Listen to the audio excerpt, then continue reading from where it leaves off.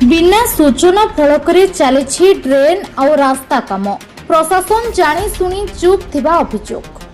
सरकारी नियम अनुसार कौनसी जन कल्याणमूलक कार्यर आरंभ पूर्व सेठरे सूचना फलक लगाइबा अनिवार्य अटे, किंतु एही नियम को अवहेला करी किछि विभागीय जंत्री एवं ठिकादार मिसी बिना सूचना फलकरे निम्न मानर काम करुथिबा अभियोग सामना को आसिछि।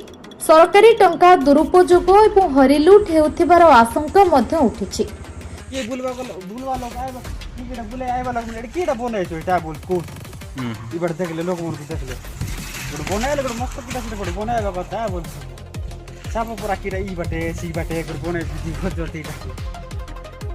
सूचना फलक न लगाइबा पछरे उद्देश्य हेउछि लोकमानकर काम संपर्क रे तथ्य न जानि परंतु जदि सूचना फलक रहे तेबे कौनसी काम केबे ठारू आरंभ हेउछि, विभाग कौन रहिछि, अटकलर मूल्य केते आउ कामर माप केते आउ श्रमिक मानकर मजूरी केते, ए सबु तथ्य साधारण लोकमानकु पाखरे पहुंचिबो, जहा फलरे अनियमितता एवं दुर्नीति प्रकाश पाई पारे। एपरि घटना नवरंगपुर जिल्लार उमरकोट ब्लॉक अंतर्गत कुर्सी ग्राम पंचायत रे देखिबा को मिलिछि। पंचायत 6 नंबर वार्ड रावणागुड़ा अंचल एक सीसी रोड और जामडडी ग्राम ट्रेन निर्माण काम चली, किंतु कौनसी स्थान में सूचना फलक लगा जाय नहीं।